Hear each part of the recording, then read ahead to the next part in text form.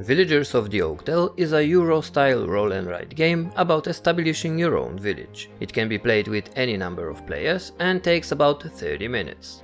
Game setup. Each player receives their own village sheet, something to write with, and a pawn. Place the dice and the dice sheet in the middle of the table and draw one objective card from each type, A, B, and C. You're ready to go. Gameplay overview. Each round you use the resources indicated by the chosen die. When you reach the red flag on the round track, activate buildings with that symbol. After 12 rounds, the game ends and the winner is determined. Let's go through all the round phases. Phase 1. Round marking.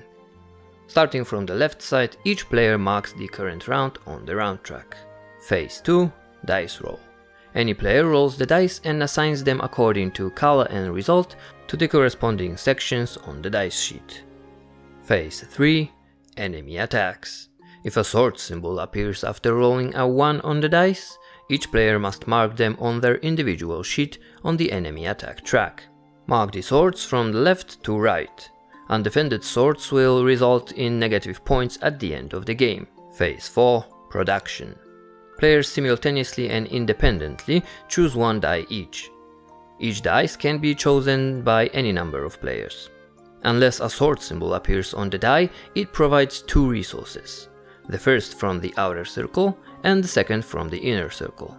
After placing their pawn next to it, they use the resources indicated by the die on their village sheets. Phase 5. Delivering resources to the warehouse. After completing the production phase, each player checks the number of workers in the castle track corresponding to the color of the die chosen this round, and then marks the same amount of dots of that color in the warehouse. Phase 6. Activation of buildings with the red flag. When you reach the red flag on the round track, activate all buildings with that symbol in any order. If you manage to construct another building with a red flag during this phase, you can also activate it.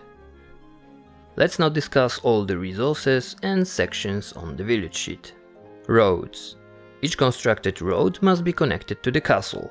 Whenever you reach a flag or a resource, you have to use it immediately. If you surround the whole geological area with roads, mark the sign of this area and activate any row on the castle track to deliver resources to the warehouse. It doesn't have to be the row in the color of the die you chose this round. Villagers. You can use this symbol in two ways. The first one is knight recruitment. You should always cross them out from left to right. If there is no sword symbol crossed out above the knight you recruit, receive gold in the amount shown below. In the other case, this knight will protect you from this attack, denying negative points at the end of the game. The second way to spend the villager symbol is by marking one of them in the chosen castle track. At the end of each round during the delivery phase, you'll activate the track matching the color of the chosen die and mark the number of dots equal to the number of workers on that track. Whenever you reach a resource, you gain it immediately and have to use it. When you reach the diamond, you unlock access to one of the gold deposits in your mine. If you fill in all the spots on the given warehouse track, each subsequent resource you would place on it in the future will provide gold. At the end of the game, you also score points for the fully filled column on the far right of the warehouse track according to the scoring beneath. Pickaxe. This symbol is used to mark mining fields. At the beginning, you have access to 3 fields marked with white arrows. After that, you can mark adjacent fields to those already marked. Some fields contain resources. Whenever you mark such a field, you gain that resource and have to use it immediately. If you unlock access to a gold deposit by filling in the appropriate number of fields on the warehouse track, you can use the pickaxe symbol to mark that field and collect the amount of gold shown on it. At the end of the game, fully marked rows and columns in the mine provide points. Wood. There are 2 ways to spend the wood symbol. The first one is by constructing buildings. To do this, you need to mark all the wood symbols and the flag in a specific color or shape. After that, mark the symbol of the completed building and you can use its ability. We'll explain all of them at the end of this video. The second use of wood is by driving in boundary pillars to expand your borders. Starting from the top, each wood symbol spent this way provides gold. Every third boundary pillar driven in allows you to use one of the indicated resources. Gold. It's a versatile resource that can be obtained in many ways. Whenever you mark a gold bar with a dot, you receive one of the basic resources. Endgame scoring.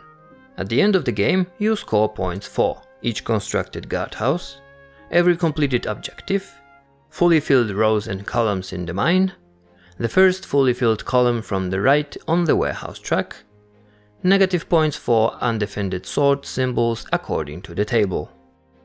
Objective cards explanation.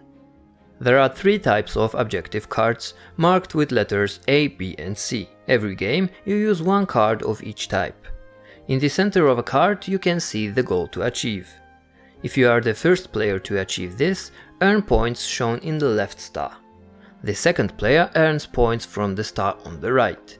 If multiple players achieve the goal in the same round, all of them earn points from their respective star. Once the points from both stars are awarded, no one else can score for that goal. To indicate this, you can flip the card. Objective cards overview. Build 3 buildings in the indicated color. Build a road between 2 indicated flags.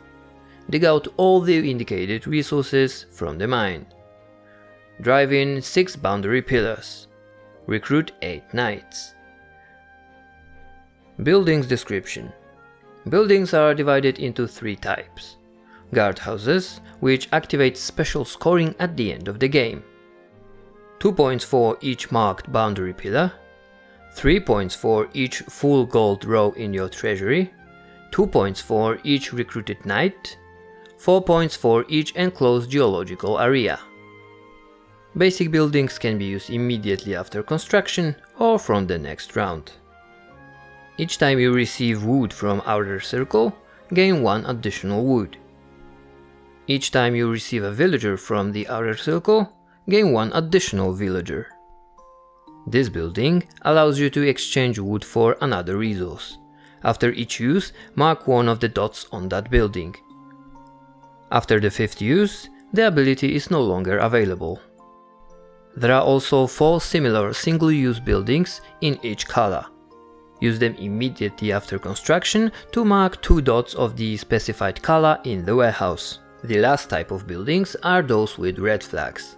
They activate every time you reach a red flag on the round track. They usually give you some kind of resources. Gold, pickaxe, villager, road. Mark 1 dot of your choice in the warehouse. And this is how you play the base game of the Villagers of the Oak Dell. Now go to our website and join the growing community of the Oak Dell to get notified about the launch of the Kickstarter campaign and receive a special gift. You can also follow our sprouting Facebook page to stay up to date and have some fun.